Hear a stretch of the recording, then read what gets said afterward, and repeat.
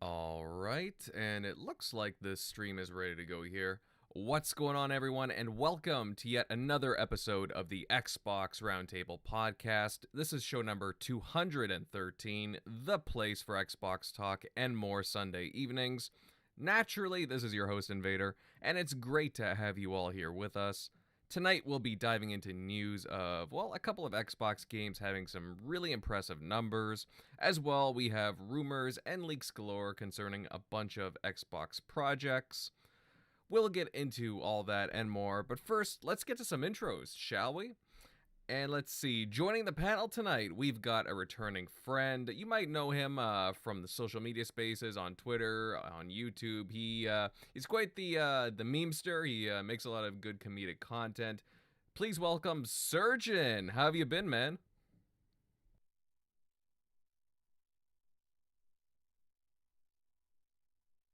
Surge? Looks like he's been silent. We'll get back to you in a sec, Surgeon. Moving on to the TXR panel, Centurion Pal. How you have you been playing like any games recently? Over the past week or so? Yes, I have definitely been playing some games. Oh, Surgeon's back. You there, Surgeon? Hello, can you hear me? Yeah, I can hear We can hear you now. What the hell happened? We'll let Surgeon introduce himself first, then. Sounds good. Yeah. Sorry, I all I said was I've just been memeing and dealing and just being an all-around clown on Twitter. So no, you go ahead, Centurion. It's Sunday night, man. What can I say? There is things to talk about. Yes, I have been playing some games. Hilariously enough, I did go check out the gunk for a few minutes, but I keep playing my crack known as Elder Scrolls Online. I can't seem to put that game down, but I also, Invader, have been playing Vermintide 2 Warhammer. Ooh. Yeah, definitely. You need to hang out.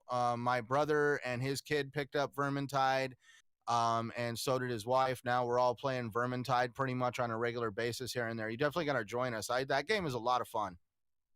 Oh yeah, it's one of my favorite co-op games this past gen. Like, the combat's great, levels are awesome. I like the detail in it. Enemies are fun to play against. It's my cup of tea. Plus, I'm a Warhammer guy, so it's all good. It's my cup of tea. Moving down the list here. Oh, hey, Shockley, seeing you popped in there. How's the week been treating you?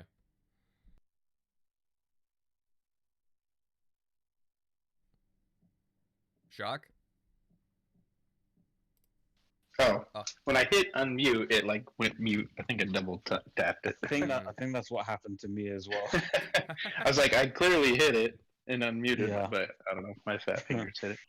But yeah, not much. Just been enjoying the football week. Been exciting. So just like last weekend, for anyone watches NFL. You know what, Invader? Do you guys do you watch the NFL? I'll admit I'm not the biggest like NFL guy, but like I've been sort of. I just wondered if Canadians watch. Oh yeah. Oh no. We definitely watch it. I'm just like, for me personally, I watch like more like soccer, hockey, F1, and so on. Yeah. But I don't know. What's update, everyone? What happened in the NFL today? Anything? Not well. The Bengals went to the Super Bowl. That was the shocker. But you know. Oh wow! It is odd they don't have a Canadian team. All the other sports, all of our other big sports, do have Canadian teams. So maybe one day. But I'll admit I'm British, so I mean our NFL's those things that people are selling online that they want to put in video. NFTs. Not being an idiot. Okay, yeah, I I've just been seeing a lot of American stuff happening. We don't need to get in. We don't need to get into that. There's not enough time in this podcast to get into that. Right. Yeah, and we're gonna stir up the chat there and start a little chat war going on. So no need for that. But but yeah, no, that's true. Even I know that the Bengals. It's like, damn. So that's surprising shock. Oh well. But yeah, guys, General MLD and Tim will be missing tonight's show. But hey, you know what? They will be back next week. They got a few things going on. Thanks for stopping by, all you in the chat already. We got Jay the Graphic God, Pang 911, what just happened. Six Slayer, DeBlue. It's always great seeing you all here. Always fantastic viewership. You know what? Why don't we just get straight talking to some the news, and you know what? Let's start by talking about some of these like impressive numbers that Xbox has. Earlier this week, during Microsoft's earnings call, CEO Satya Nadella stated that Halo Infinite had been played by, well, about 20 million people, and believe it or not, Forza Horizon 5 had about 18 million altogether. Damn, that's a lot of people. Now, Surgeon Pal, I'll start with you, our guest. Let's see, what do you think of these numbers? Like, considering Halo Infinite has only officially been out for what, roughly a month and a half, something like that, or Forza Horizon 5 as well, like 2 months. Like, you know, these are pretty big numbers being generated here already. Do you have any thoughts on this? Well, I guess my first question is, how did they get so many players when they've only sold about 2 million Xbox Series X's? I'm confused by that. No, what what it is the numbers. I think, I guess a lot of people say that the Forza Horizon numbers are more impressive than the Halo numbers, because obviously Halo Infinite is free to play. And do I say that I agree with them? Not. I mean, 20 million people playing two big games during the fall is just crazy. That's insane, and I don't think there's much overlap between Forza players and Halo players. I don't think there's that much overlap between them. So essentially, you're probably looking at somewhere close to maybe 30 to 40 million unique people playing these games now. And no matter what way you try and spin it, those are very impressive numbers. I imagine 343, Microsoft, Satya Nadella, Phil Spencer. I imagine these guys are super happy with these numbers, because if you've got that larger pool of people, and if only 10% of them decide that they want to buy cat ears, they're laughing. So yeah, to me they're impressive. I find them impressive, to be honest. Mm-hmm. Yeah, that's true, and you bring up a great point as well, because again, there's only, because of the supply shortages going on with the consoles and, well, basically everything.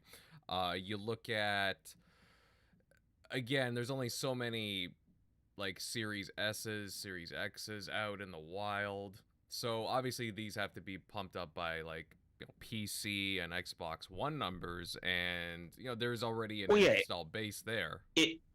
It shows that their strategy is working. So when I say that they've only sold 2 million, that's obviously a joke, but it just goes to show that even if they've sold, let's just say for argument's sake, they've sold only 2 million Xbox Series X's, but they've got 20 to 30 million people playing their games.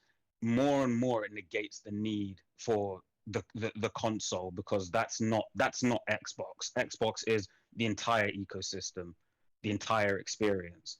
So it just shows that their strategy is working. And I think the first time you'll probably see how big these numbers can be is when Starfield drops later this year, if it does drop later this year. So yeah, for me, it just says the strategy's working. Mm-hmm. I mean, just to add to that, I do think that it will, because I don't know.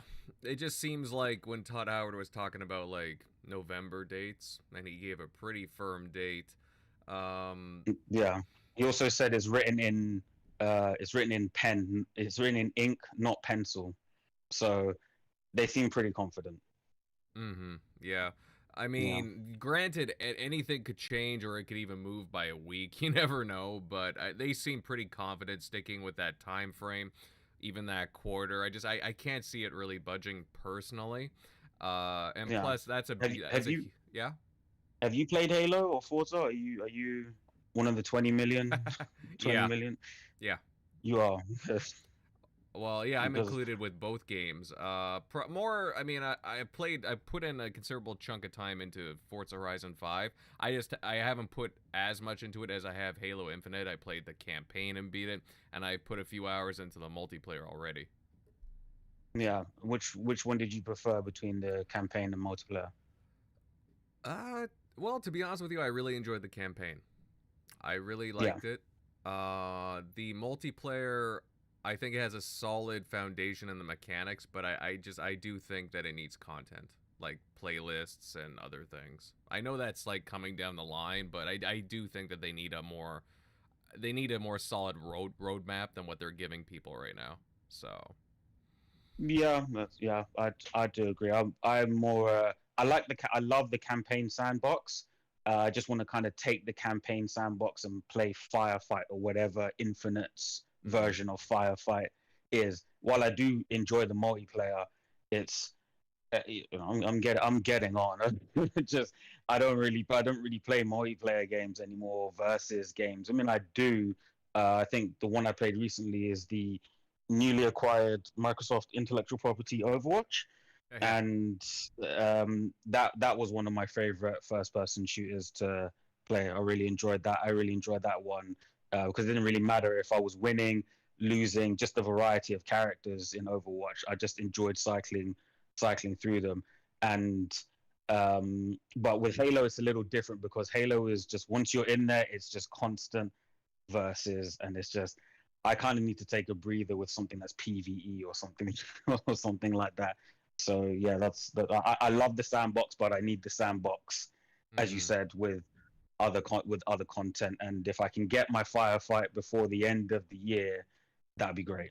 Well, it's funny you mentioned that too, because obviously we're going to talk about Certain Affinity further into the show, but there was something kind of leaked out by somebody in the know that they're supposed to be working on something Halo Infinite related, some kind of I guess a more of a new user friendly like mode. It's supposed to be PVE. So I don't know. Could it be Warzone, like next iteration of that? Could it be Firefight? I mean, that would be really like that's something that I would really like to see. And from the sounds of it, you too.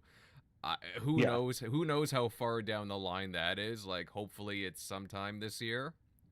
But Yeah. that would be nice because I do think that they need something like that in like the playlists, but you never know. It's hard to say at this Well, yeah, point. it's something to just get. I mean, not to compare it to Destiny, but everybody knows that Destiny's Versus is just a complete crap show in terms of just too much power scaling. It's just too unbalanced. But when you're not doing when you're not doing that PvP, you can just go and do a whole other host of other activities, which I think Halo doesn't need to have the same robust activities that Destiny has, but it needs something in the PvE angle. So yeah. Yeah, and that's the thing too, right? Because Halo, it has the free to play multiplayer, and it's raking in again 20 That's million the other thing. players. Yes, that is the thing, right? And Yeah. you had made the point too that well, Forza Horizon 5 it had 18 million. So, Yeah. you know, which one I mean, they're both impressive numbers, but the fact that, you know, the free to play portion of the game like again, it's only beating it by 2 million. I mean, that's saying something. Would you say that like Forza Horizon as a brand is just been exploding? Because I mean they've been pushing out Forza Horizon pretty consistently for over the past well I, generation, and people have gone to know it. Do you just think it's like I don't know the brand recognition, like people just find a quality racer? Like what do you think is going on there? I think because of the consistent level of quality that um, Playground Games keep bringing to Forza Horizon 5 year in year out, and you're getting a lot of facets covered with single player, multiplayer activities, just engagement, and the game. It also helps that the game has a high critical reception as well. I think all of that is just and it just resonates with people, and it's a car game as well. So it's for me, it's I mean more so maybe than even the Forza Horizon 5 numbers. It kind of just speaks to how much I'm anticipating Fable as well. So yeah, it's a reputation they've been building on it, and they've I don't even think since they started doing Forza Horizon they've not really missed with any of the Forza Horizons. Right. Yeah, so I think that's a lot to do with it. Whereas with something with Halo, they had obviously the massive setback with the Master Chief Collection, and then they've slowly been moving forward, and then they had a minor setback with the 2020 showing, and then they've been slowly bringing it forward. And then I think since they started doing the multiplayer flights, 343 have been slowly on the up, but Forza Horizon has just been constantly going up. And so it's not a surprise to me that they're so close, because Forza Horizon's just had a better string of reputation. Or do you understand? If you understand what I mean? So yeah. Right. No, I totally get what you're saying. Makes a lot of sense. Makes a lot of sense what you're saying. Centurion Pal, I don't know if you want to chime in on what Surgeon is saying here. Do you agree with him and his points, or do you have a different point of view here? Just on the success of the games? Well, yeah.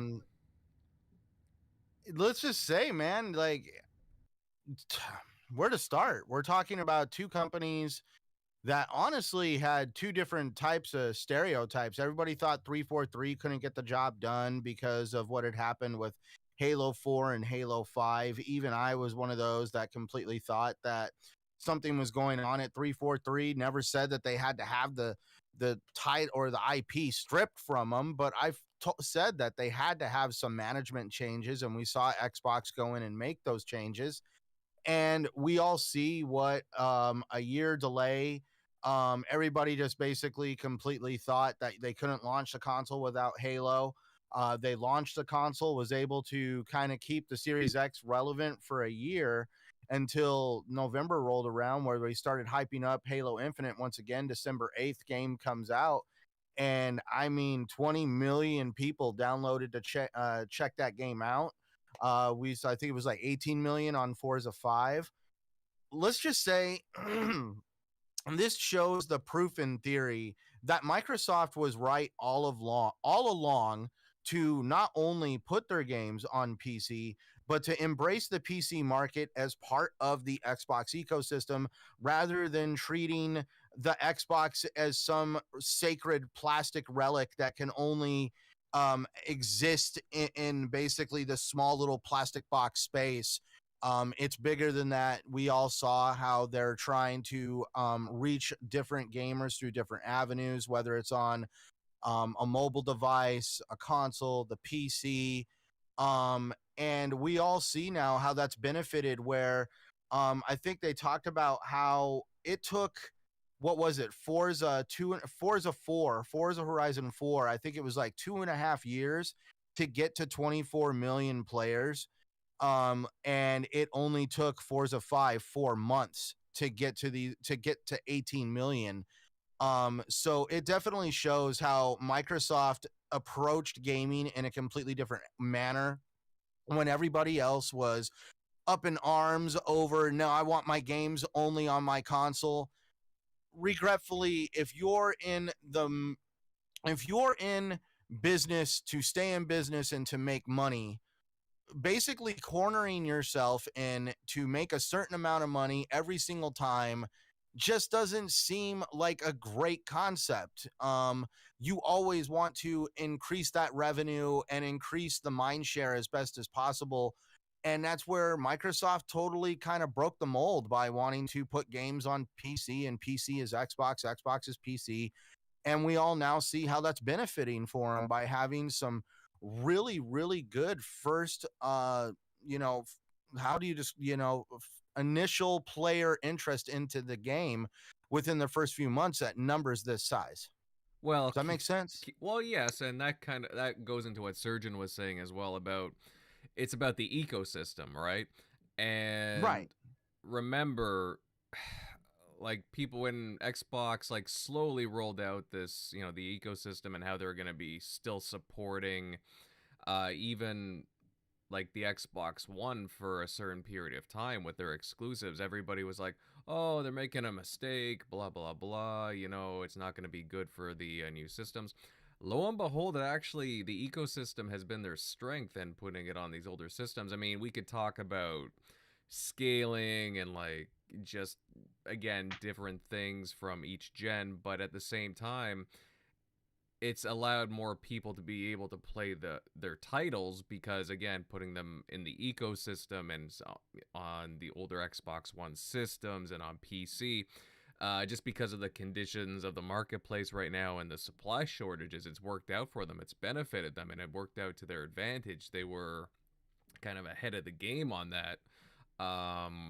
Whereas again, their competitor, i.e. Sony's been, well, kind of flip-flopping on, again, we hear reports of them going back to the PlayStation 4, maybe pumping more out just because of, again, the shortages and so on. I get, like, these numbers are pretty mind-blowing. Go ahead, Shockley. Sorry, Eric, do you had something to say? Oh no, that was me. I thought it was.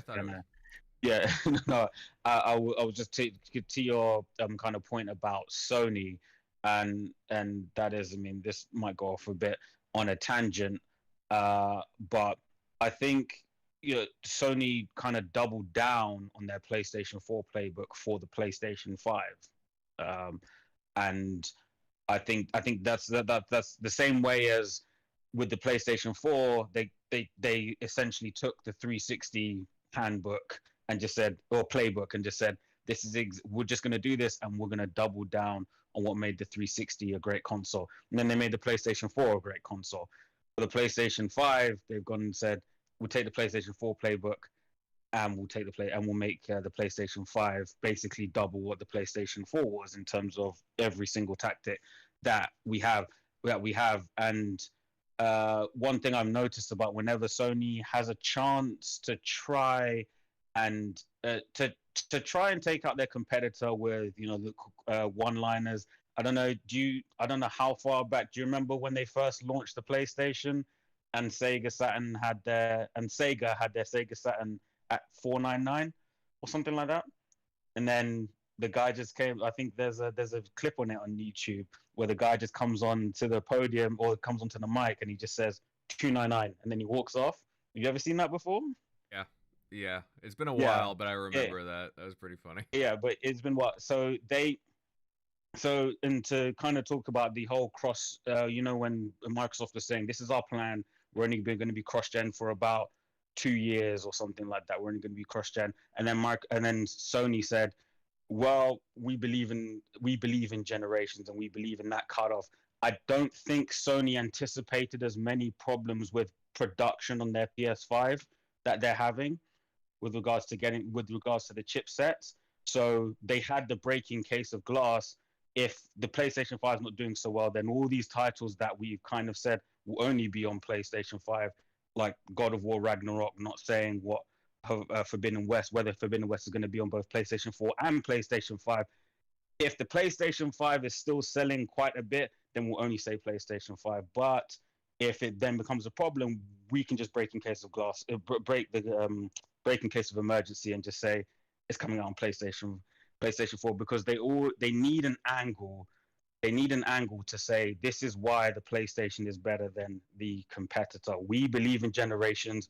They do not. You always get better quality, but from the people who believe in generations, like that. So Microsoft kind of sticking to. I think it's because I had a friend, and have a friend, and he is currently staying on the current generation. And I told him, you can still play Starfield, and he's asking how. I said, the way they figured it out, the way Microsoft have figured it out is you can use the cloud to start playing Starfield, and if you like it enough, then just get a Series S or get a Series X. And I don't think Sony saw something like that happening. That's why they have to go. That's why they have to emphasize they're making PlayStation 4s, whereas Microsoft can just say, okay, fine, we can actually just cut off production right now, and we can just go forward because we can get people still enjoying the next gen experience on their current consoles. So sorry, just to add on to your point. Mm-hmm. No, that's a great expansion of that point. Thank you very much. Yeah, go ahead, Centurion.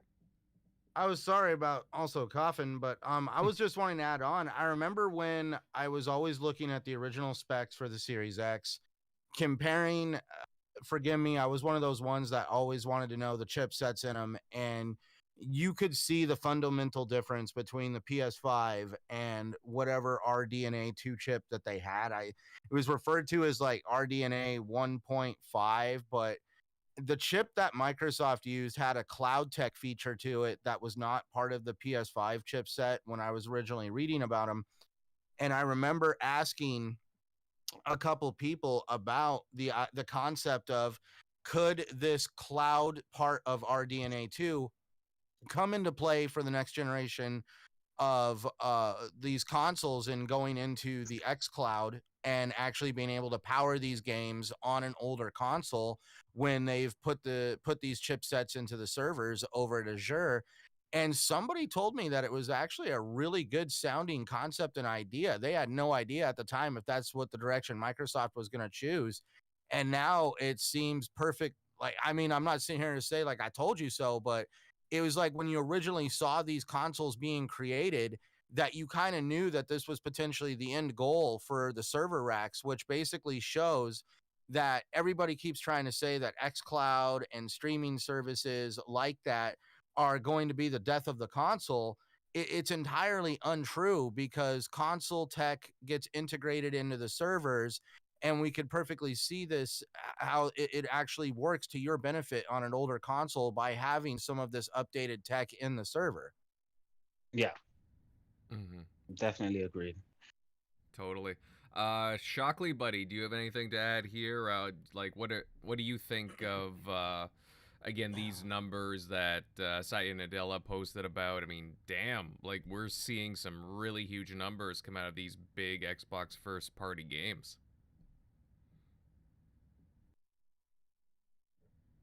Shock, did you mute yourself again? Maybe. Let's see here. I mean, really, guys, I find it very. I don't know. It's very interesting. Again, these games have only been out a couple of months, and they're putting out these numbers. I think that with more time, Halo is just gonna do like amazingly once they pump out more content for like the multiplayer aspects. But again, got to give them some time on that. Hopefully, they give us more of a roadmap soon for what's going on there. I see.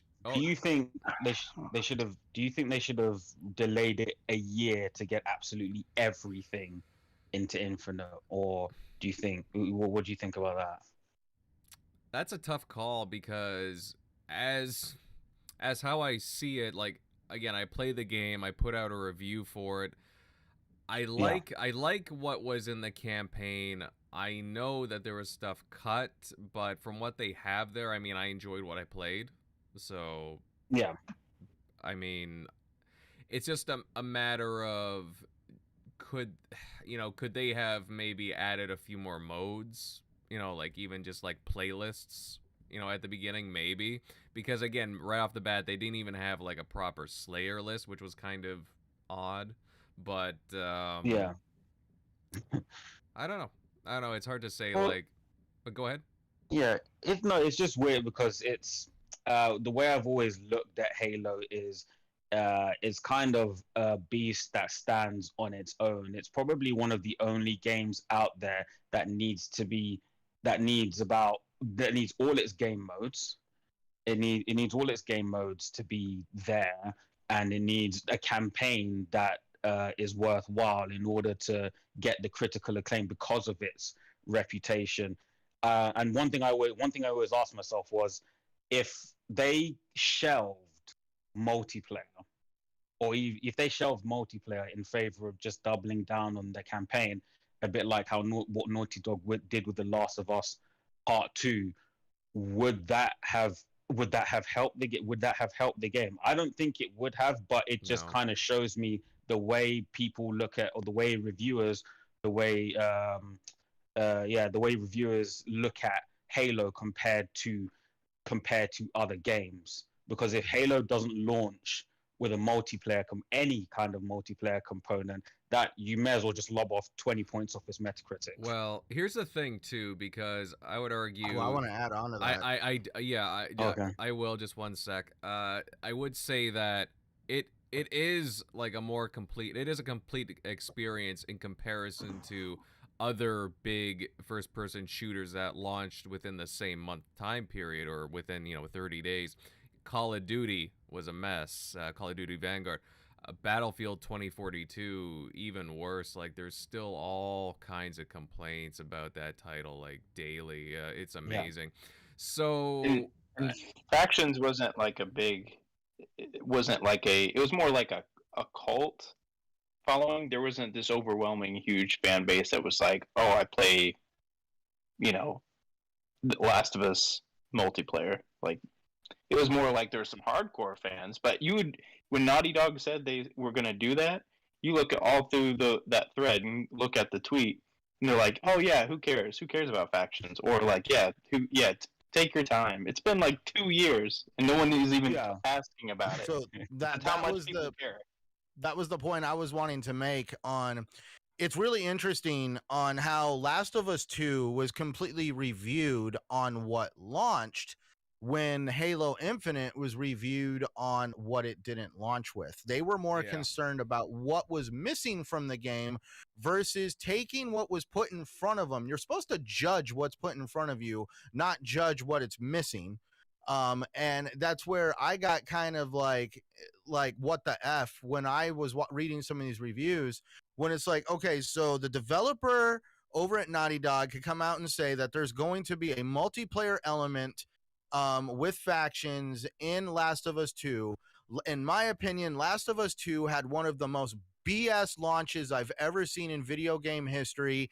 The game got leaked by its own development team because it was being held hostage supposedly by Sony.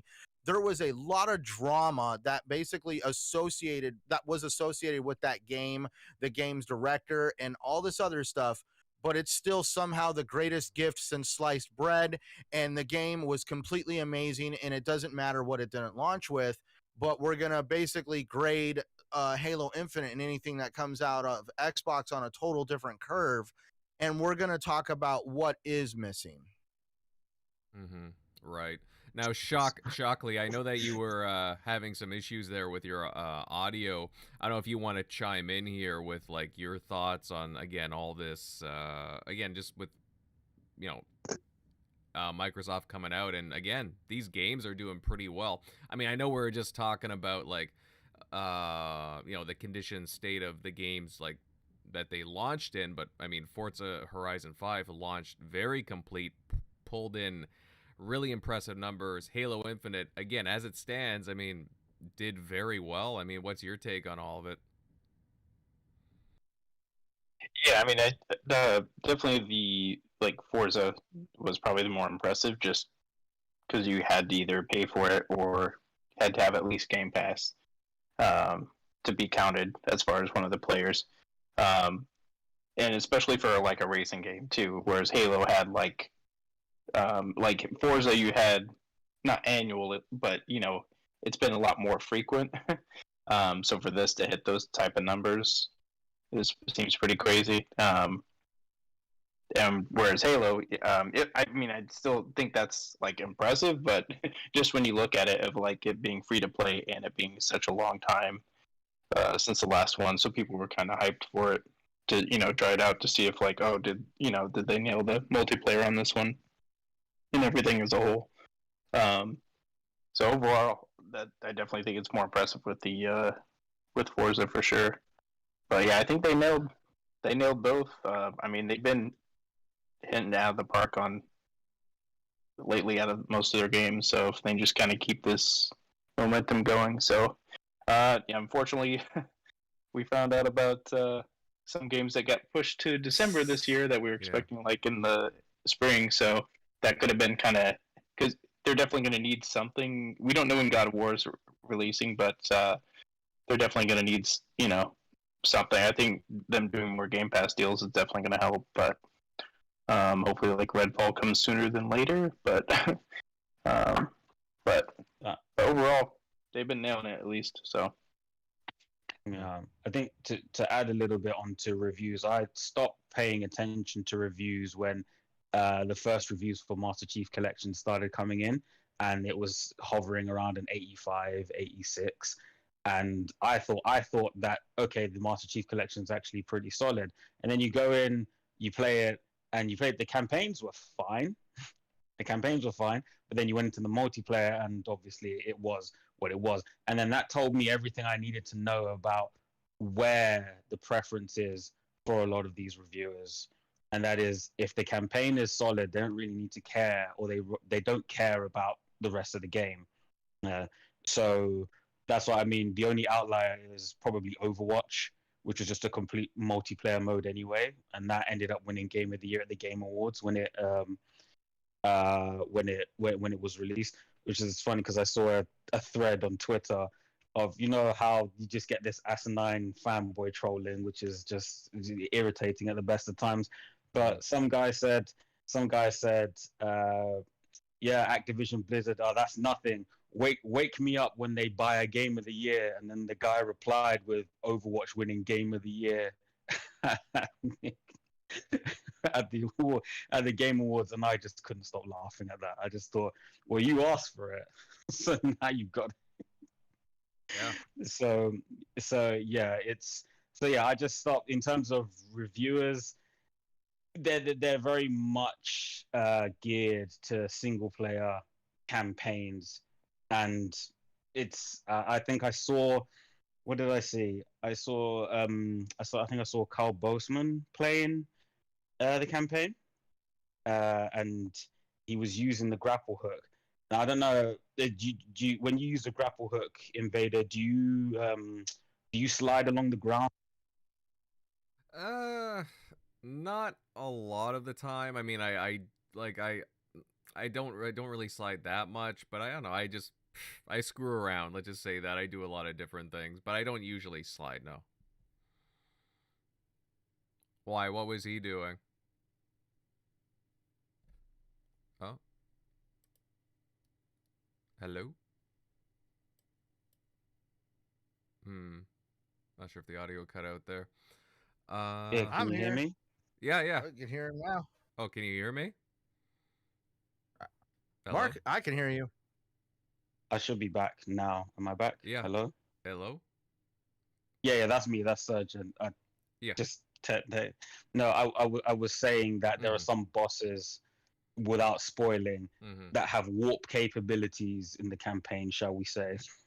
Oh, yeah. And the best way to get away from them is to grapple, slide, and then jump, grapple, slide, and then jump. And you see a lot of reviewers not using that, and then going on to say the grapple hook can feel a little clunky. It's just, you're not exploring all the ability. You're not exploring what the grapple hook is capable of. I was playing multiplayer with the grapple hook in Fiesta, and this guy had a sword, and I got one mean grapple slide and back smack on him when he turned a corner too quickly, and that felt good. Oh yeah, plus again, just using various parts of the environment to your advantage. It's amazing, some stuff that you can be really creative with. And I don't know. I mean, I generally really like the grapple hook in the campaign. It was a lot of fun. So, you know, it's interesting. Actually, most of the abilities were pretty useful, but the grapple hook, it's like, you know, why take anything else 95% of the time? So it just shows how just a subtle change to a game mechanic by adding something as simple as a grappling hook can completely change the experience. Yeah. Oh yeah, definitely. I think a lot of people don't realize that sometimes good design is maybe taking things away instead of adding things. And the most important thing for me with Halo Infinite was just, they kind of looked at it as, what if the next Halo after Halo 3 was Halo Infinite? So they set the clocks back, and then they put the focus on the golden triangle of Halo by going equipment, guns, and grenades, or whatever the golden triangle for Halo is. Dragons made a good point earlier in the chat when he said that the thing that people underestimate is that for the Christmas NPD, Halo was second in terms of sales as well. So it's not all free to play. We don't have the exact numbers, obviously, of who bought it and who's playing it free. But the fact that it was second, and it's available on Game Pass, and it's free to play, kind of speaks volumes for how well it actually is doing. Well, Surgeon, I mean, I downloaded it on Game Pass, but I pre-ordered. I got the limited edition steel book as well. So, but then again, I'm a bit of a Well, collector that way. So, yeah. So, but I mean, still, that's, I guess, for them, they mhm. look at it as, okay, they're still doing really well. I mean, I know a lot of people don't want to. A lot of people don't want to say it because Halo being back means that Xbox is back. But I think it's just come to a point where some people just have to accept it. Mhm. Yeah, no, you're right. Yeah. Let's see here. Oh, in the chat, speaking of dragons, there 108 Dragons TV with the $5 super chat. Thanks, Lemon. He says, "Hey brothers, sorry couldn't be on tonight, but I'm still listening at dinner with the Bluetooth. Have a great show." Yeah, guys, Lemon was supposed to be on, but because of a scheduling conflict, unfortunately couldn't make it live. But we appreciate you, brother. Thank you very much for tuning in. Really great fella. Definitely check him out. Always a great addition to any panel. Guys, any other comments before we move on to our next topic? Yes, no? No, Okay. not that I can think of right now. No. Okay, just making sure. But yeah, it's honestly like I try not to like be overly enthusiastic about numbers and so on. I just like to make sure that, I like to see that the game and the ecosystems are doing well, and it just, yeah, it looks like they're off to a really kick-ass start so far, both Forza Horizon 5 and especially Halo Infinite, so that bodes well. Again, I just hope with Halo Infinite that we get more of a defined roadmap down the ways, and they fix the Hey, store and so on. Yep. hey, Invader, it's okay. You're not over here trying to use the UK sales charts to gauge the North American economy, which is 8 times larger than that. So thank you for at least not trying to I'm do that. I'm Boy. from the UK, and even I don't use the sales charts. What the hell? They're like, I love it. And they're like, well, look at the UK sales charts. The Well, it's a United Kingdom UK is 8 physical times sales too. smaller than the United States. Let's not even talk about the size of the economies. Hey, easy there, Centurion. Easy. Well, I'm just saying, Yeah. like, but that's why. But I'm not trying to knock. I'm just saying, like, when you have a major population difference, the numbers are going to be a little different. Yeah. No, Hey, now. that's great. It's just Hey, yeah. now, it's not about size. It's not about size. Exactly. It's about Yeah. the quality of the sale. That's what. It's about the quality of That's sale. the funny and part what is you how it's play. just UK sales anyway. Yeah, that's right. But yeah, I mean, either way, I mean, we could probably go on and on about this wholesale thing, but I'm glad to Yep. see that, again, that the ecosystem and that these games are doing well. That's important, right? Especially for new content going into these games. But yeah, I just imagine 343 felt so good to get that game out after years of what they've been doing, just to have it there in people's hands finally, and now they can work on the next iteration of things and then start their 10-year journey for, or however long they plan on doing Halo Infinite for. That must have felt so good. no doubt. Mm. Yeah, actually, I would love to get another 343 developer on. I don't know. We'll see in the near future. Talk about that. Yeah. But yeah, guys, let's move on to some other bits of news. And it seems like we could be getting another Master Chief Collection style bundle in the coming future. I mean, we were just talking about a little bit about the Master Chief Collection a few minutes ago, but yeah, it appears like there might be something very similar coming. And according to our friend Nick over on Xbox Era, he stated that from his sources, there's one in the cards. But again, a lot of people are wondering, well, what game IP could they be focusing on? I mean, there are probably a few big ones that come to mind, but you know what, Centurion? I will pick your brain here to start this topic off. What series do you see Xbox Game Studios focusing on for their next big bundled collection? Man, what one do I see them focusing on? I feel that I'm more concerned that they're going to focus on Gears of War. I'm sorry to the Gears of War fans out there. I would rather see them focus on Apology Fable. accepted. I would rather see them focus on Fable. Like, no offense to Gears of War, but we've already seen what Gears of War it looks like almost on a next gen level. They do amazing things with the Unreal Engine. They did some really amazing things in Gears 4 and Gears 5. I enjoyed both those games. I'm not mad that they introduced bots to it. I enjoyed some of the newer elements that they introduced to Gears of War. But I really want to see that next gen nod or polish get kind of pushed towards the Fable way. We only saw, Fable Anniversary, which was like an Xbox 360 remaster. I haven't seen anything when it comes to updating Fable since that time, and I would really, really want to see a lot more love pushed into the Fable franchise. I know they're making another Fable game, but this is where I guess also the argument is there is a lot of people out there that know who Gears of War is. There is a good percentage of gamers, especially younger ones, that don't even know what Fable is. I feel like a Fable collection would kind of hit home better because you would be able to introduce the games of Fable to people, show them kind of the concept of where this game came from, so when the new game launches, people would kind of want to see it.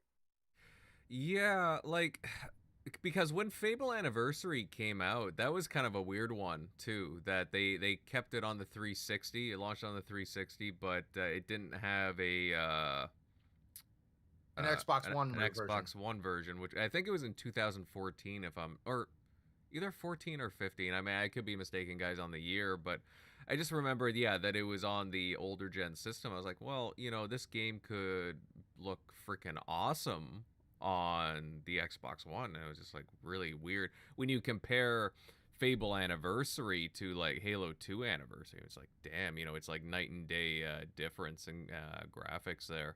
So Fable Anniversary just kind of felt like the odd one out, unfortunately, when it came to the whole remaster. But yeah, we've gone a long time. We've gone an entire generation and more without a new Fable, which is kind of weird considering that was Xbox's RPG. So very weird. And it was a very unique RPG. This is where I loved that UK flair of Fable. I loved the humor. I loved the tone that was set in the games. I loved the caricatures. Everything about Fable was just fun and witty, and I feel like that the Xbox ecosystem has been lacking due to Fable not being fully embraced by the teams over at Xbox. Now, I mean, Fable's an interesting idea. I mean, I'm for a Fable. I would love to see like a Fable collection, but a lot of people talk about Gears of War because even Tom Warren there from The Verge, he had chimed in and was like, basically, he made a little hint about, could be gearing up for, something later this year, which, Tom Warren, he knows things, right? He'd be in the know about, and have some sources about that. I mean, we could see a Gears of War collection, as Fastback put it in the chat, a Phoenix collection, which would be very, very fitting, I might add. You could have Gears of War 1, 2, 3, well, all the Gears of War, really, even like some of the offshoots, like Judgment, for example.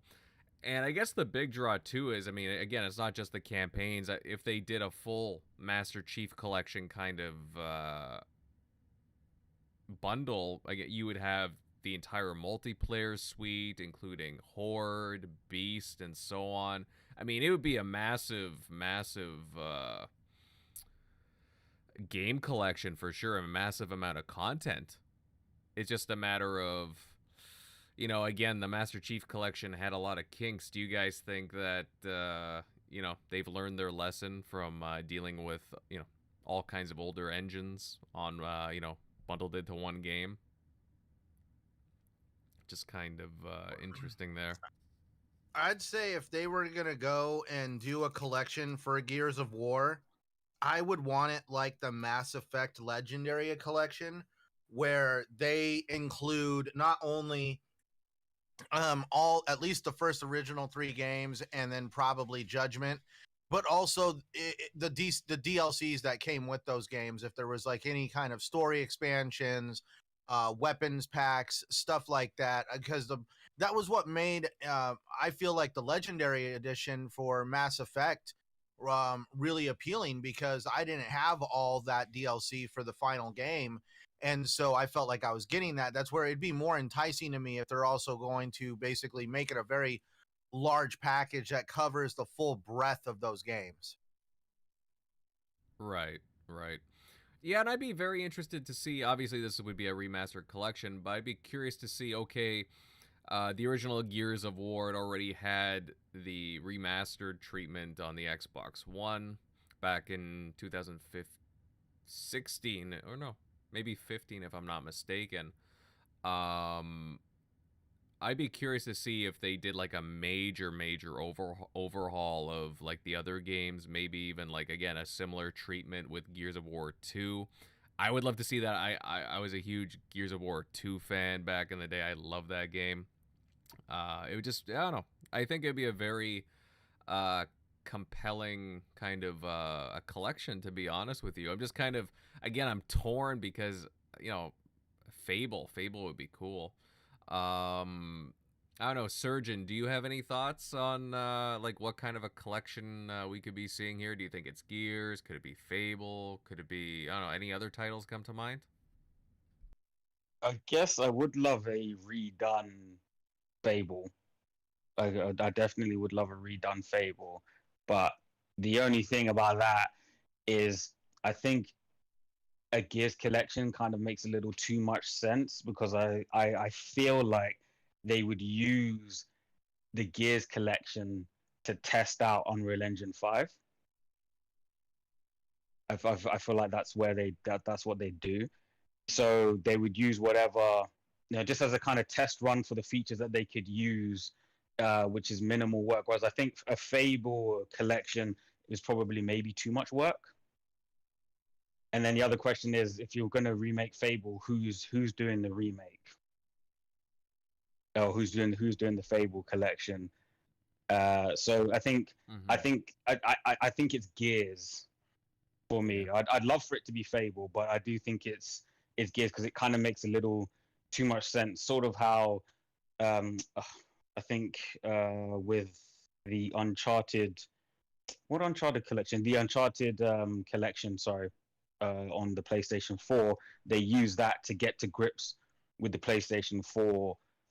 The PlayStation 4 engine. I think they're going to use this to get to grips with the Unreal Engine 5. So that's why Gears makes more sense to me than Fable, even though I'd want Fable. Right. Well, Mike in the chat says that he would love a Blinks remaster, and he's dead serious.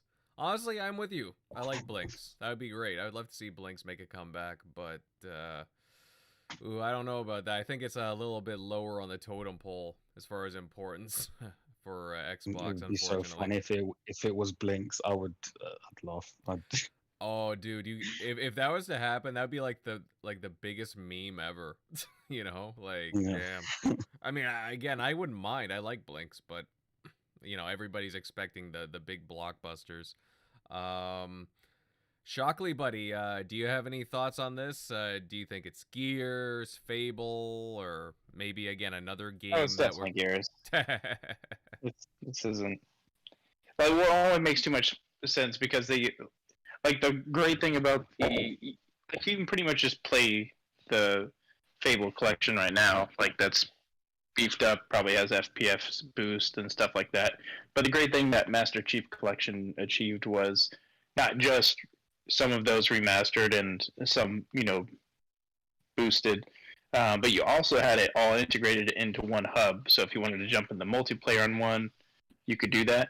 And you just like you saw with how Master Chief Collection was supposed to work on day one, and how it works now. But that was the great part about that, because you could just jump in and out, different playlist on the fly. So I think it would suit that one better. Whereas the other one, they could do more of that. That would be more like a Mass Effect collection, the Fable, series. So plus that Gears series is more of a home run. Sorry about that. So essentially, I think it'd be more of a home run with that. But and they already started the first one, so now they're gonna go back and do the ultimate for the second one. So Hmm. Yeah, I mean, I would like to see them polish up, like I was saying, Gears 2. You know, give that a huge overhaul. Gears of War 3, it always looked fantastic, but again, that one could use a little spruced up. I think I'm in agreement that it would make too much sense for them to not have a Gears of War collection of some kind, just a massive compendium of all the campaigns, all the multiplayers, all the PvE and so on. It makes too much sense. My brain tells me Gears, but my heart wants Forza, if you know what I mean. It's not Forza, Fable.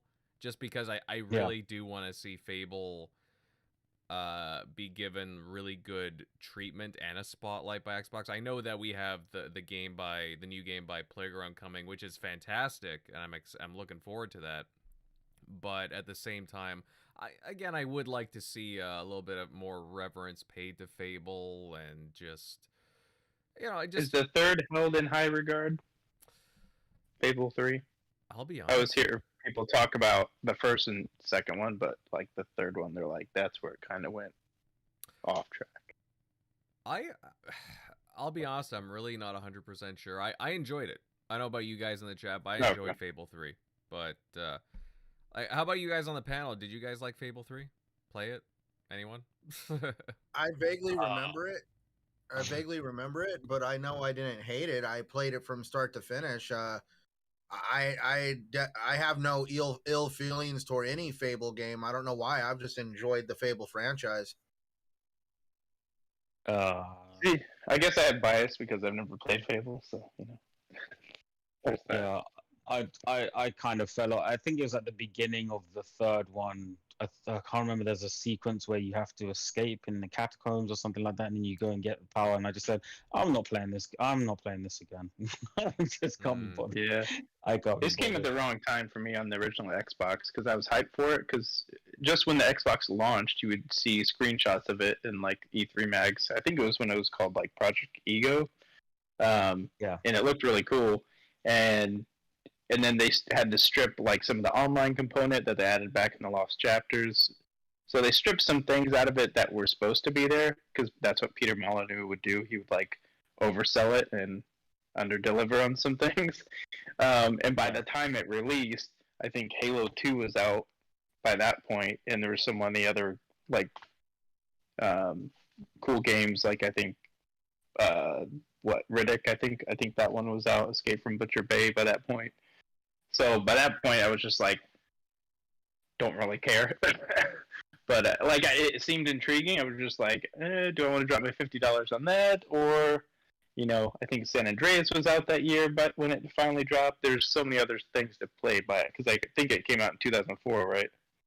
I believe when it finally released. Yeah, that was...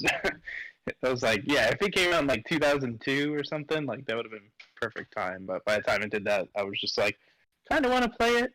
And then when the second one came out, even though it was big on 360 and had it from day one, I was just like, I didn't play the first one, so I'm like, that was too much into Gears by that point. So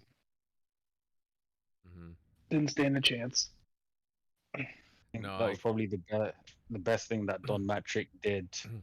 I know this is sacrilege, but I feel like his last good grace that he did was to secure Gears for Xbox. Okay. I guess. I guess there's that. Was that really a Matrick thing? I have no idea. I mean, it happened under Matrick, but I gotta give him something. Actually, no. I think Phil did that. Oh, did Phil do that? Yeah, because Coalition at that time, it was Vancouver. They were working on their own IP, and then when they secured Gears, they scrapped that.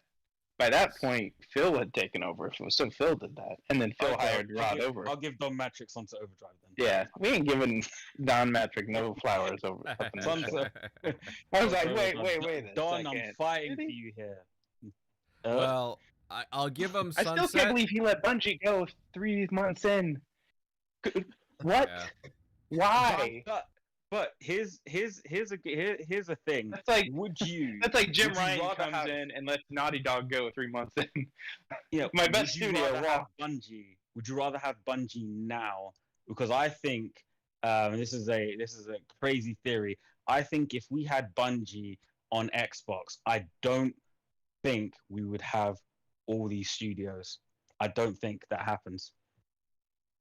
Oh, I would love Destiny basically all in Game Pass, and I don't have to spend $30-$40 on each expansion. That would be sweet. Yeah. Because I don't know, because early on, like it definitely would have gone a little bit different in the early like Xbox One days, because in that first year they would have been killing it with, even though Titanfall kind of wasn't as big as we thought it was going to be, they still had Titanfall, would have had freaking Destiny as basically an exclusive, and also had Sunset Overdrive all in that same year. So and Destiny, and that was the thing. PlayStation had Destiny, and it was like, hey, more of the exclusive stuff's over there. So and people were buying PlayStation 4 more. So they're like, cool, we have nothing else to play because there's literally no other big exclusives Sony was dropping that year. So if they had Destiny as an exclusive, that would have been a huge like boost. So yeah, and I think it definitely would have turned things, but. I think it. So I guess my theory is that it would have given Xbox because Bungie make system sellers. You know, they're highly. Halo was a highly coveted series under Bungie, and I think that Bungie having Destiny exclusive to Xbox would have given Xbox the idea that they could do just well enough to coast through the generation, bad things and all. Because you wouldn't have had this mass exodus of people going, what do I need an Xbox One for if I can just play Bungie's game on a PlayStation, and PlayStation right now has the better rep going forward, so I'll just go and get a PlayStation. Whereas I think if Bungie is still the premier studio for Xbox, there's no trouble in paradise because but Destiny's a system seller. So you don't get people leaving Xbox, but I think Xbox hums just well enough through the generation that they don't feel like they need to change everything. So that's just my crazy theory. You know, I feel like the catalyst was with Bungie leaving, but I think now if you look at it, I think PlayStation fans would rather Bungie had stayed. Well, that's an interesting. Or it may have. Had they had Bungie, maybe they'd done a little bit better, and Satya given Phil the reins sooner. Because it took him a while to turn things around when he went to Satya, like, hey, I can't have my team split up. I need all them back together. And then he had to kind of slowly convince, because a lot of people think it just went from Don Matrick to Phil, and Phil just didn't do it. Just he had an epiphany in 2017. Hey, I'm going to start investing in first party studios.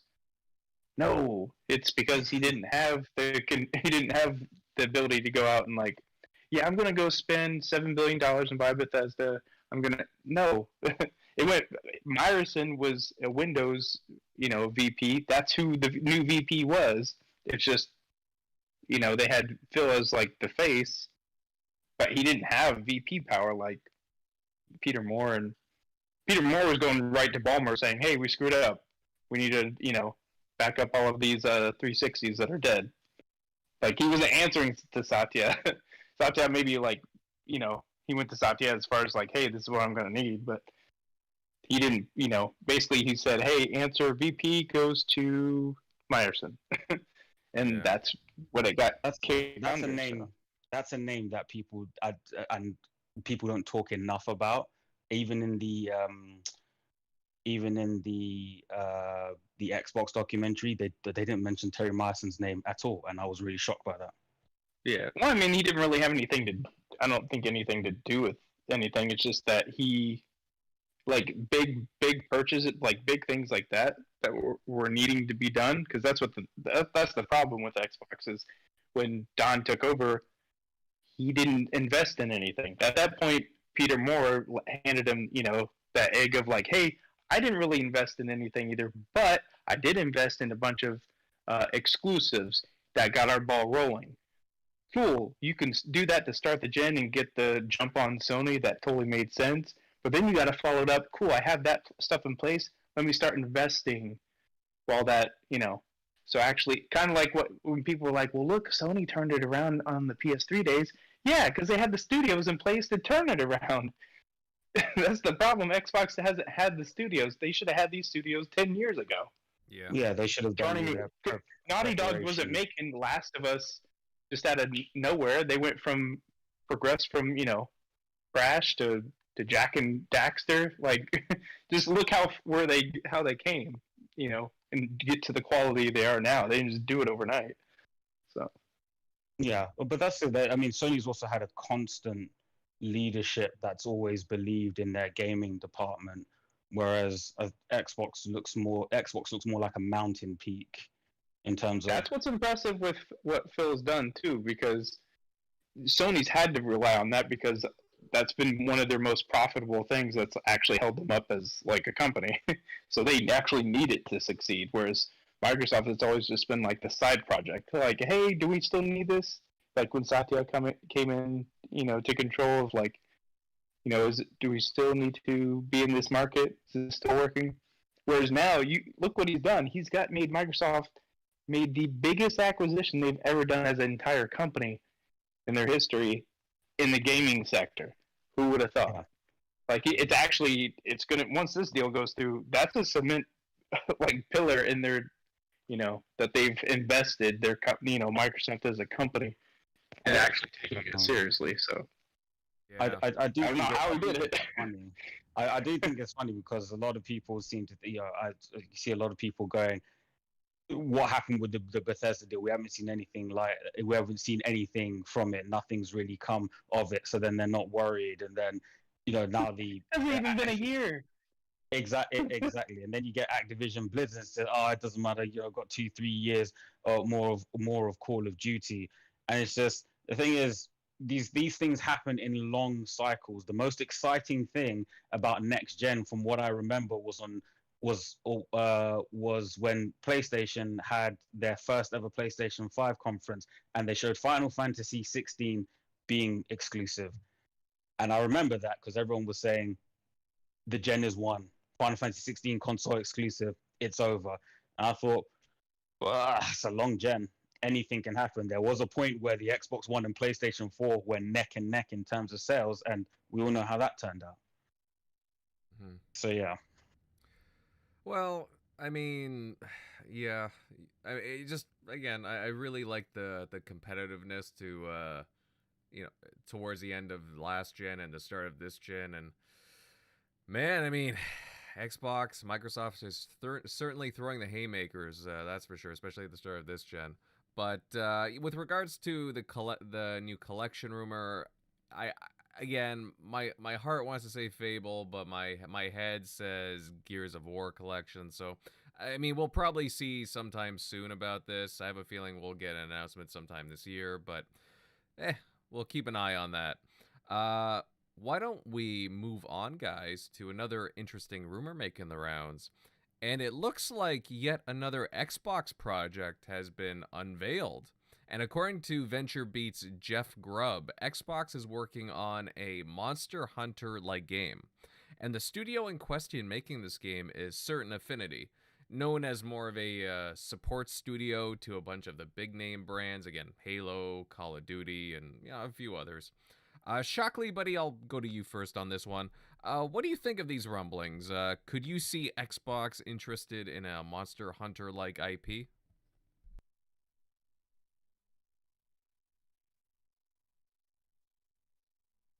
Shock? You there, buddy? Oh, my bad. I did not know I muted myself there. My bad. No, I was saying, yeah, I could definitely see them going that avenue because Microsoft already had kind of a test run when they put in Monster Hunter World, and they had a lot of success. I remember with that one, with a lot of people downloading, trying that out for the first time. So I'm sure they probably saw some of that and was like, okay, we got some of our base, because they saw the numbers of how many people downloaded that game, gave it a try. We're kind of hooked into that. So I'm sure they have like some of the numbers of like, okay, cool, this is gonna fit Game Pass perfectly. And I was trying to look up with Certain Affinity. I think they've helped out. I just looked at the list just a second ago, but they've definitely helped out and had their hands in with a lot of big name titles. So I mean, I think they're definitely capable. I don't think they've done anything like themselves, kind of like Bluepoint, as far as like making their own creation. But yeah, I mean that's the great thing that Microsoft's doing both things. Of like, hey, they're acquiring some big name talent, like Sledgehammer Games, like with this new Activision purchase, Bethesda. So getting some big talent, big IP, but they're also doing what Sony's doing with like doing these small investments, testing out, kind of doing the organic growth that people like to throw around of like, hey, we're going to give you this test run game like they've done with IO. I think it's IO that did or whoever's doing the new Contraband game, and then Certain Affinity with this, maybe this Monster Hunter like game, which is the rumor. But so they're doing their small investments with their Xbox publishing with these lower tier studios to see if that can kind of grow fruit, and see if that'll be a long-term partnership that they bring into the family, and see if they hit on some of these IP that can kind of fill the gaps as well between Elder Scrolls, Starfield, and some of these huge mega titles that drop into Game Pass. So but yeah, I mean, I'll take another Monster Hunter like game dropping in the fold. So and that could be good as well, because that for a game like this, kind of like when we were playing Outriders and things like that, stuff that you normally probably would just like gloss over and just get lost. If you drop that into Game Pass, especially in a month where maybe it's the key highlight, then a lot of people are going to just download it, try it. Oh crap! I was never even interested in remotely in Outriders, and I spent like a whole month playing it to death. So, as did a lot of people. Yeah, likewise, I did the same thing. I kind of liked Outriders, to be honest with you. I know like a lot of people give it crap for certain things, but I liked it. I liked the game. It was cool. A lot of it definitely was not balanced. Like when you looked at the powers, because I think what was it, the Trickster? It was like the one power where I was just like, that looks lame and stupid. It was kind of like the Division, where a lot of people weren't going after the. I think it was the tech. It was basically it's kind of like that. It was like the non like flashy, cool thing. Everybody wanted. Yeah. But then you found out like, oh shit, they're the ones like destroying people in the Dark Zone because they can like, refresh their whole, power, or basically just, and that was the same thing here. They were like using those drones and were using that tech to like destroy everything. I went for like the Colossal guy because it was like fun to play, because you just go over there, smash people. That part was pretty sick. But that was like, this is not getting it done on these higher tier level people. Not working. But so they did have some balancing issues there. But let's see. I'm going through Certain Affinity's game list right now. They did Age of Booty. That was an Xbox Live Arcade title very early on. They assisted with a lot of games: Left 4 Dead, Black Ops multiplayer DLC, Halo Reach DLC. They made Crimson Alliance for Xbox Live Arcade as well. And yeah, just a lot of like co-developing multiplayer DLC and so on. However, they are making a game with Gala Games. It's a blockchain game called The Last Expedition. It looks pretty interesting. That is in development right now. They're also doing Transformers Online, which I'll be honest, I'm not too sure about the details with that, but it's very interesting. They're still working on Halo Infinite as well. They're probably doing DLC and content for that, along with other studios. I mean, I do think that in the grand scheme of things, it does make sense for Certain Affinity to have Microsoft as a publisher for their game because they seem to work well with each other. So, and they get along. So it just kind of makes sense that way. Centurion, do you have any thoughts on this? Certain Affinity, do you think that, I don't know, are you excited about like this rumor of a Monster Hunter like game possibly being, again, they're the lead development studio and Xbox is publishing it? Do you think does it sound cool? Well, it sounds cool for two reasons. One, I enjoy dabbling in Monster Hunter, the actual Monster Hunter game from Capcom. We all saw how that completely kind of almost righted the ship for Capcom. Like they were pretty much uh becoming a very that's one of those game companies of the past that everybody knew back in the day used to come out with some really great games, but they were not exactly hitting on all cylinders. And then all of a sudden they released Monster Hunter and it put new breath and a lot of money into Capcom's pockets. So definitely we could see how a game like that could be appealing to gamers in general. And it's also really good to see that you don't always want to be known as a support studio. Like you people have ambitions, they have goals, and nobody ever wants to stagnate and become complacent and just be like, oh well, I'm just a support studio. That's my goal in life. No, like I'm pretty sure they had dreams and aspirations of being able to stand on their own 2 feet, create their own games, not be used as a support studio. And I really feel that this is a good chance for them to shine. They're pushing out into this new crazy environment of gaming that seems to be all over the place. And I mean, lightning in a bottle can strike at any moment with the right game, with the right set of circumstances surrounding it.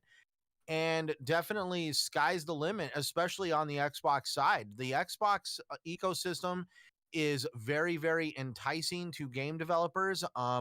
It's not like, forgive it, I'm just going to be blunt. It's not like the PlayStation side where they're always looking for games that somehow fit into pop culture and entertainment. Microsoft seems very flexible on the types of games that they want on their ecosystem.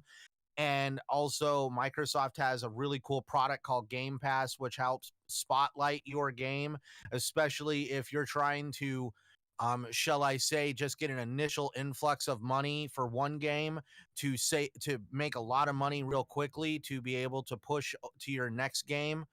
And you never know. This could definitely help launch Certain Affinity into a different level of game development where they go from being a support studio to standing on their own, creating great games that we all love to enjoy and play. Mm-hmm. And just like to follow up with what Shockley said too, because I remember when Monster Hunter dropped into Game Pass, Monster Hunter World, and that got a lot of good feedback. That was, I don't, there was a lot of people playing that game. I was kind of surprised. Oh, me and a couple of friends went out and bought that game day one. Before it came out on Game Pass, we bought the physical copies of the game, and we weren't sure, but we completely did not regret that purchase. We actually had a good time playing Monster Hunter World. Again, they are the major MMO players. They went all the way and hunted all the creatures. I didn't go that deep with it. I really should. But definitely, we've seen other games like Dauntless, another Monster Hunter esque style game where you cooperate with other people to take down really amazing creatures. We're also seeing another game like that take place later this year with I believe it's Ark Hunters or something like that. Am I getting the name wrong? I think I know which game you're talking about. Yeah, It was at the game. It was at the games. It was at the Game Awards. I think it's like called Ark Raiders or Ark Hunters, and they had all the machinery, the machine aliens coming in from orbit, landing on the planet, and everybody had to meet up to go fight them. So we see that there is a lot of potential for games of that nature, and you never know. We might just see another studio kind of carve themselves out a little slice of the gaming industry. Right. And again, it's not just one source, guys, that's been talking about this. Even Windows Central's Jez Corden, he also confirmed that the project is in development from the people he's talking to. It's got a special code name, just like the rest of them, Project Suerte, if I'm saying that right, I believe. And it does coincide with a whole bunch of other things. I mean, even earlier last year, Certain Affinity announced, February 2nd, 2021. Certain Affinity announced on their social media that they signed an agreement to lead development on a new IP. So, I mean, there's just a lot of things that seem to be aligned here that seem to go, that they're working on, something with Xbox, which is pretty cool. Surgeon, I don't know, like, what do you think about this? Or would you be excited to check out a Monster Hunter-like title coming from Xbox Game Studios and Certain Affinity? I guess if it's anything like Monster Hunter, then yeah, definitely. Because I when that dropped in Game Pass, I wasn't really. My friend told me about it, and he said it might not be a game I like because he said it's a little slow. I thought, well, I mean, I can play slow considered games or whatever. And then I started playing it, and I just never stopped. And then I think $900 later, I was just like, you know what, I love this game. And then it left Game Pass after about 900 hours, and I said, you know what, I'll get Iceborne when I have more time to get it, because right now I don't really have the time to sit down and play Iceborne. But if Microsoft are funding Certain Affinity to kind of spread their wings from being, because I was looking at their IP list or what they've worked on their website, and they're essentially a Microsoft support studio in everything but name. Mm-hmm. Yeah. So I looked at that and said, one thing this kind of speaks to is the general plan with what Microsoft's doing with these studios, and it's giving them time and resources to go out and essentially make the game that they want to make. There's a very powerful quote that who's the head of Rare? Is it Craig Duncan? Is it Craig Duncan? Yeah, it's That's Craig. him, It's right? Craig Duncan. Yeah. Yeah, there's a very powerful quote where he said in an interview that because they were the pioneers of Game Pass, the first party game to launch day and date in Game Pass, and he said he asked Phil Spencer if just I'm just spitballing here, Phil. If Sea of Thieves gets released in Game Pass but it doesn't sell any copies, are you okay with that? And he says that Phil was categorical, and he said absolutely. And I think to a developer, that's so powerful. You even see it with the testimonials from people like Ninja Theory, and when you hear things from Tim Schafer, where he's saying that before he even considered going with Microsoft or putting Double Fine in Microsoft's hands, he went around to all his friends in the studio and said, "Is this legit? Is this you telling me I can just sell my studio to Microsoft and make whatever game I want?" And they essentially said, "Dude, it's better." Yeah, they essentially said, "Dude, it's better." So he then obviously sold. Ninja Theory had their one where they said they don't want to be caught in the AAA machine. They just want to be able to make their games. They just want to be able to make their games completely removed from the AAA machine. And I think a lot of people underestimate that that's what these studios are being given time to do. So if it means that Certain Affinity can make a game that or work on a game that they've always wanted to make, and then that lead to another one and another one under Microsoft's wing, then yeah, I am all for Certain Affinity's interpretation of what or their idea of Monster Hunter, because I do love Monster Hunter. I mean, it took Capcom long enough. I think people are always telling Capcom, "I'm telling you, Capcom, this game will do numbers in the West. Just send it over there." And Capcom said, "It's a bit too much of a Japanese game. You guys might not get it." So Capcom, we're telling you, just bring it over. And then eventually they brought it over, and then what happened? Their best-selling game ever. So I'm totally fine with Certain Affinity's version of Monster Hunter. Absolutely. Mm-hmm. Yeah, it sounds like again, something that Xbox would be interested in checking out. Like you guys said, there's a lot of connect the dots with Certain Affinity. They seem to work well together. They're basically an Xbox support studio at this point. I wouldn't be surprised if again there would be like acquisition talks depending on again how this game does, but they basically just work with Xbox exclusively at this point. So yeah, may as well just make it official. So it also helps that it's headed up by a Bungie OG guy as well. So that's Hoberman, yeah. Yeah, Hoberman. So I mean, he knows Bungie culture, he knows Halo, and I think that would be pretty cool to have Hoberman and Staten link up again. Mm-hmm. I agree with you, Surgeon. And honestly, like again, we don't know too much about this project, but I like the idea again of a different kind of IP. Just having some more variety in there, and yeah, I mean, I'm just curious. I'm very curious about, again, when this title is going to be announced. I think Jez said, or he suggested something about a 2023 reveal. So still got a little while to wait to see what they're working on, but it's okay. We got a lot of games to check out until then, so no worries on that front. Okay, guys, I think we'll move on to our last talking point of the night. And it appears as if Blizzard have announced a new IP, which a lot of people weren't expecting. A few days ago, they made an announcement over social media, and it surprised everybody. Like, huh? What? Centurion Buddy. I mean, this kind of came out of nowhere. Do you have any thoughts on this?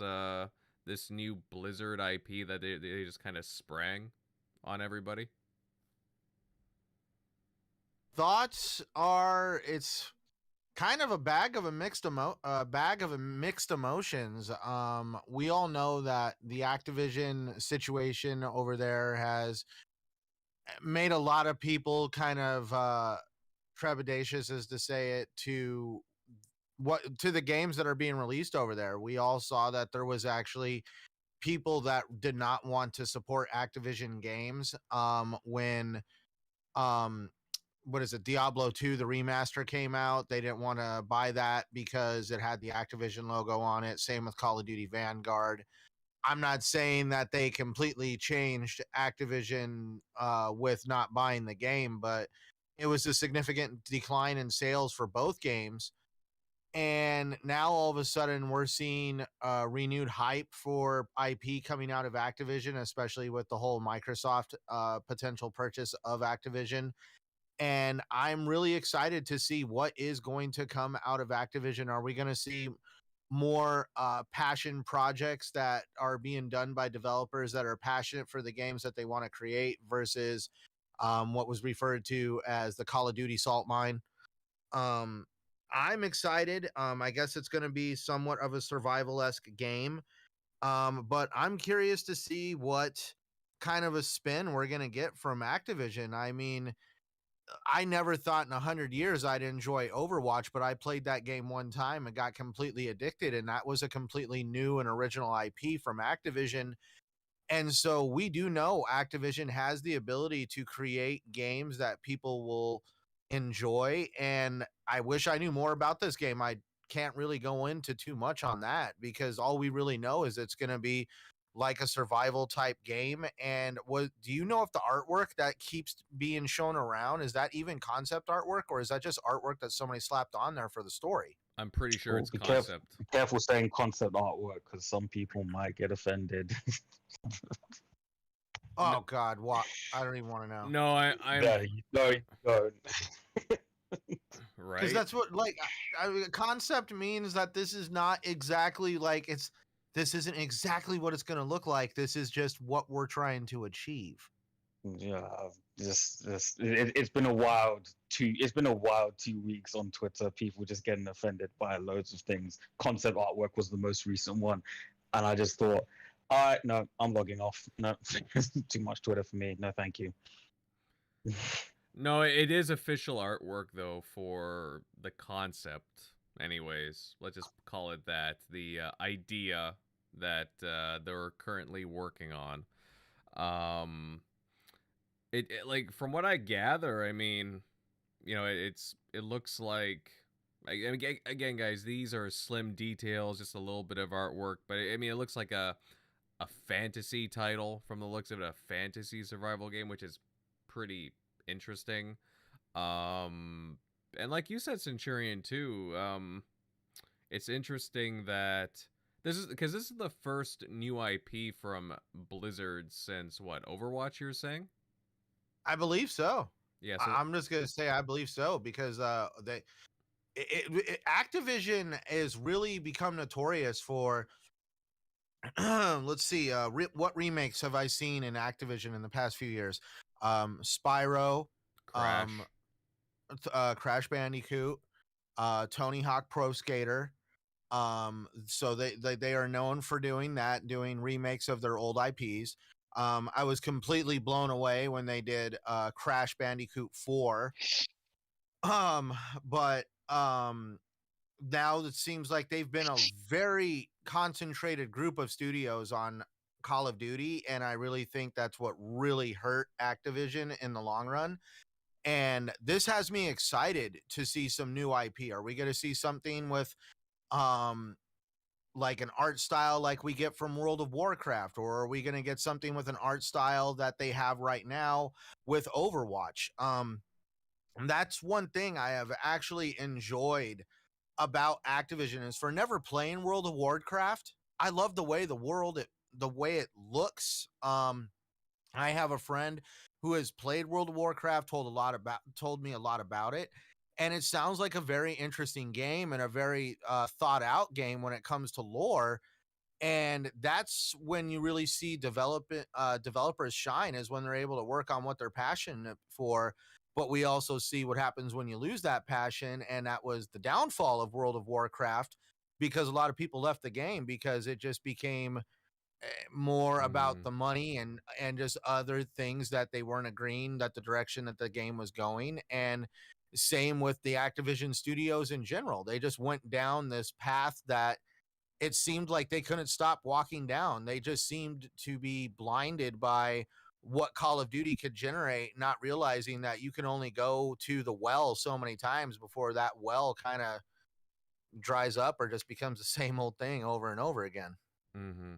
Well, it's interesting too because I saw some Blizzard devs like obviously comment on this, and while they couldn't say very much, even some of the ones that again had left and because of the situation with like Blizzard and Activision and so on, a lot of them were pretty excited. They're like, despite everything, it's like, oh, this game, like, we're really looking forward to. So I mean to me that kind of says something. It's like, okay, well, if these guys are excited for what's coming, damn, I mean, maybe we should keep an eye on this one.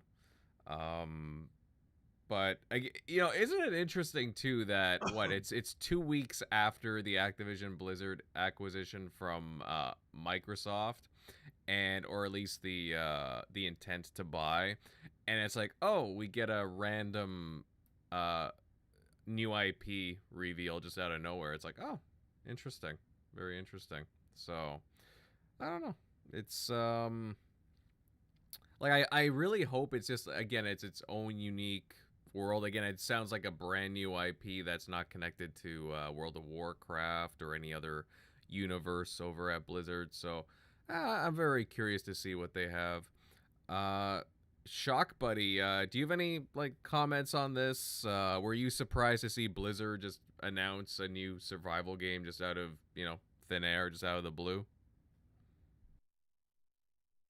Yeah, I mean it's definitely that's the thing that's cool with for upcoming, like, through the years through this gen, is that you're gonna have probably new announced games just on a whim, just because there's so many studios that some of them just might not be able to fit all in, like, what, like, we just saw what their E3 like presentation was with, what was it, like a 2-hour show with Bethesda and all their other first party studios they already had. Now you're gonna throw Activision in there, which Activision, I don't think they even really had their own press conference, because they usually just piggyback on whoever had the Call of Duty deal, and then if they had any other IP, or I think maybe there's the PC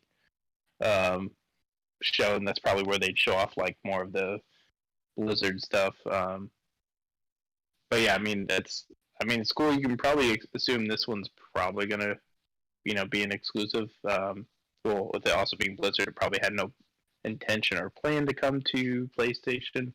And then I think hopefully they're just gonna work and do what they can to make sure some of these more PC games. Obviously, Diablo started to be able to go over to console with Diablo 3, but hopefully they're focusing on like, hey, make sure every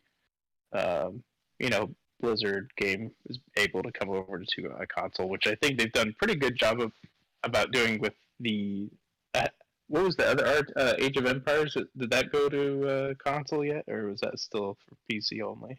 It's still PC only right now, but there's talk of it coming to console. Well, a console announcement sometime later in the year. So watch. But yeah, if they can bring like WoW to console and stuff like that, because that's probably been like a huge barrier. Like, because at the time when WoW started, PC gaming just wasn't near like what it is today.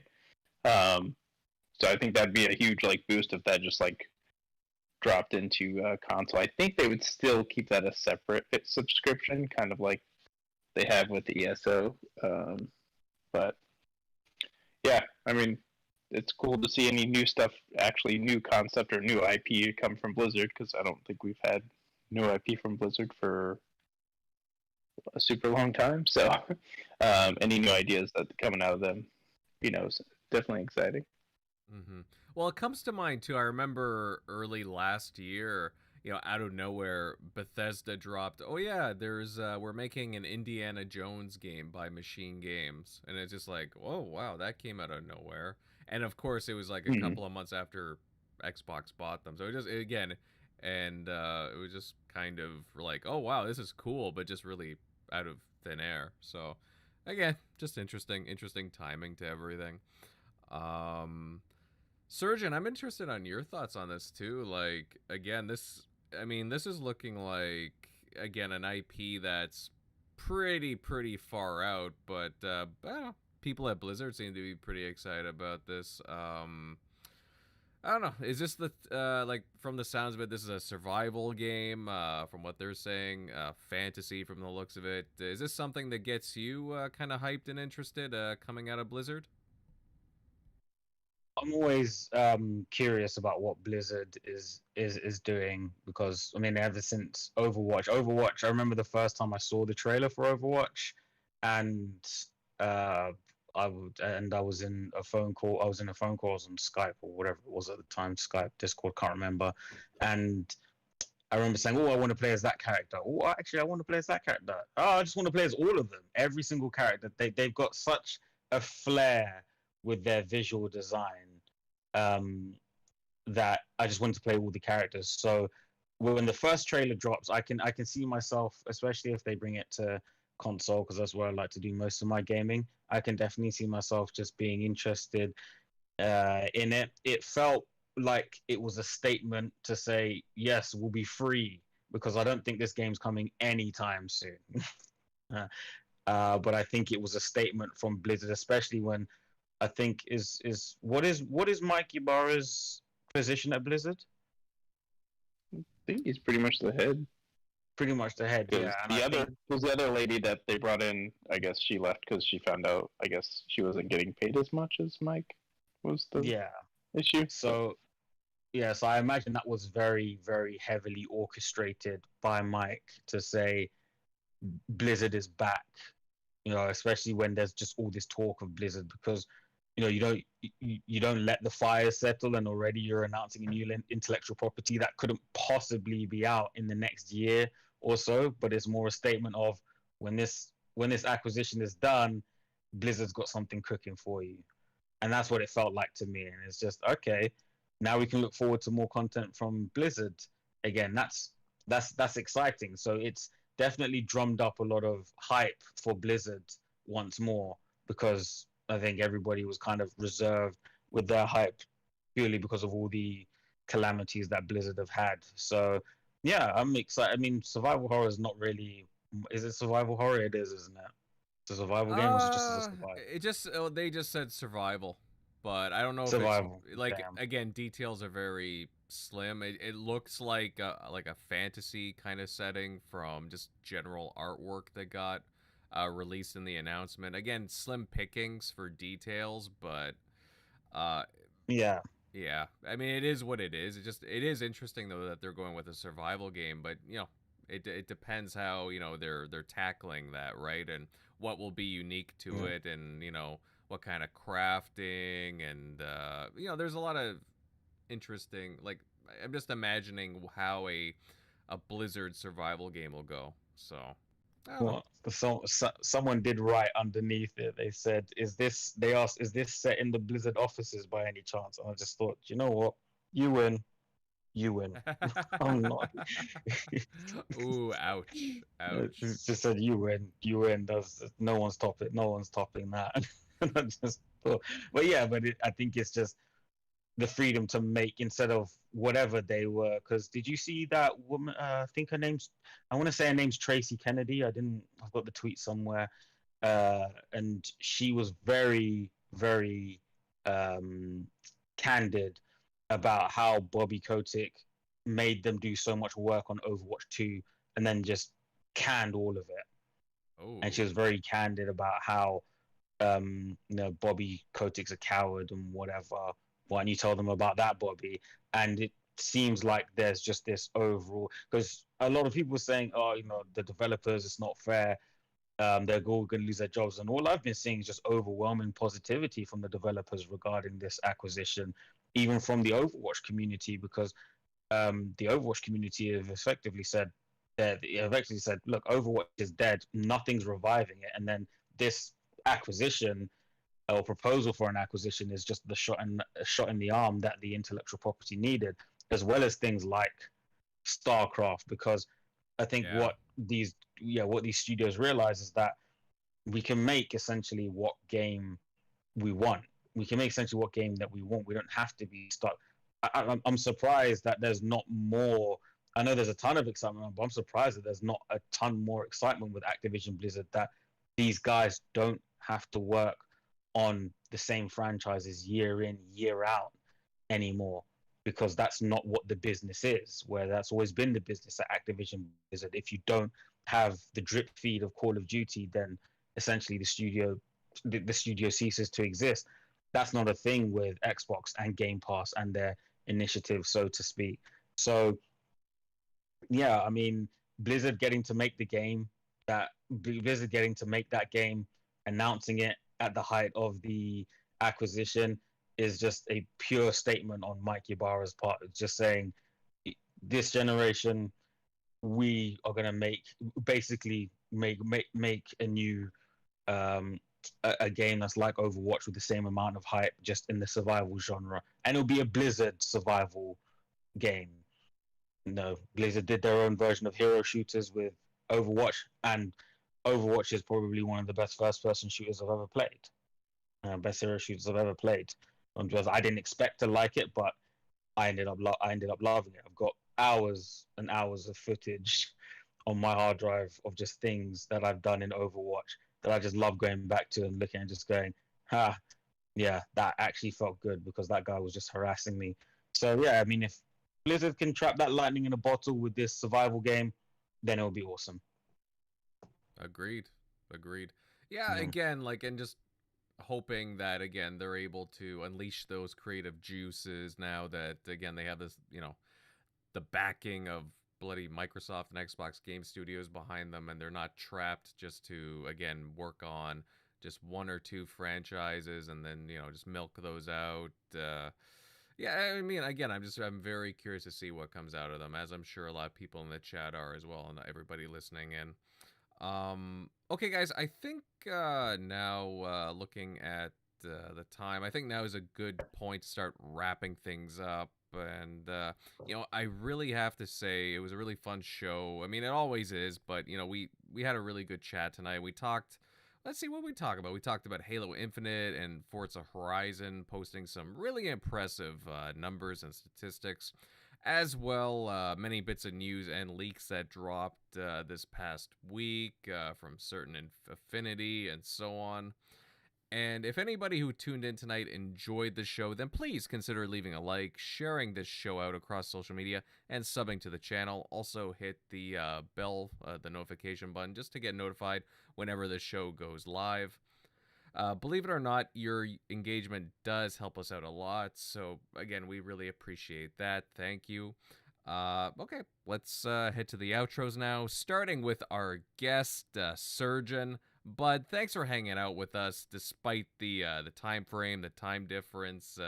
Really appreciate you hanging out with us. You're always really cool to chat with. Where can everybody follow you at? Same name on Twitter. Thanks for having me, by the way. Same name on Twitter, same name on YouTube. Just if you are going to follow and if you are going to subscribe, just be prepared for just stupidity. Really, I'm not really.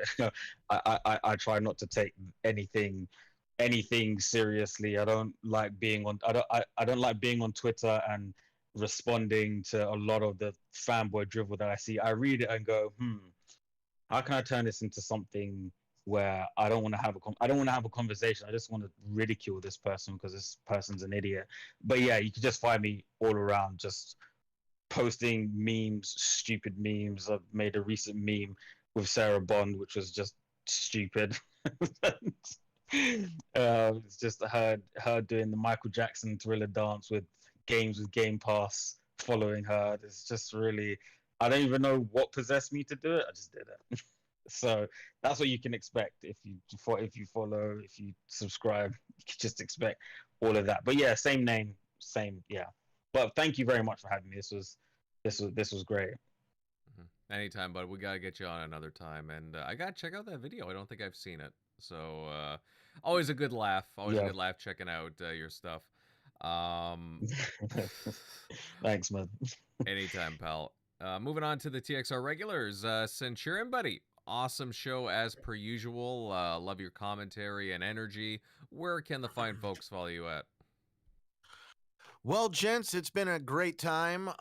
Thanks for thanks for being here, man. It was great to have a conversation. Definitely a good closeout to the week for those joining us. Thank you for tuning in. If you want to continue finding me and my content, you can find me at Centurion1307 right here on YouTube, Xbox Live, and of course Twitter. And you can also find me every Sunday night right here on the TXR Podcast with these amazing gentlemen. And thank you to our guests for being here as well. Indeed. All right. Moving on here, Eric Shockley, buddy. Good show as per usual. Where can everybody follow you at? Yeah, as always, you can find me at Shocknero on Twitter, Easy Shock on Xbox Live. But yeah, good show tonight, and yeah, thanks for our guests stopping by, filling in, since we're a little short today. But yep, everybody have a good night. Well said, short and sweet, Shockley. And to round out the cast, you guys can find my content on YouTube at Invader Gaming, and of course, I'm trying to get a little more active on Twitter. I've been posting some recent retro pickups, pictures of just games I picked up, old Xbox games and so on. You can find my Twitter at Invader_1986. Again, great show tonight, and hey, I'm already looking forward to seeing you all here next weekend, as I'm sure all the other guys are. See you later, folks. It was a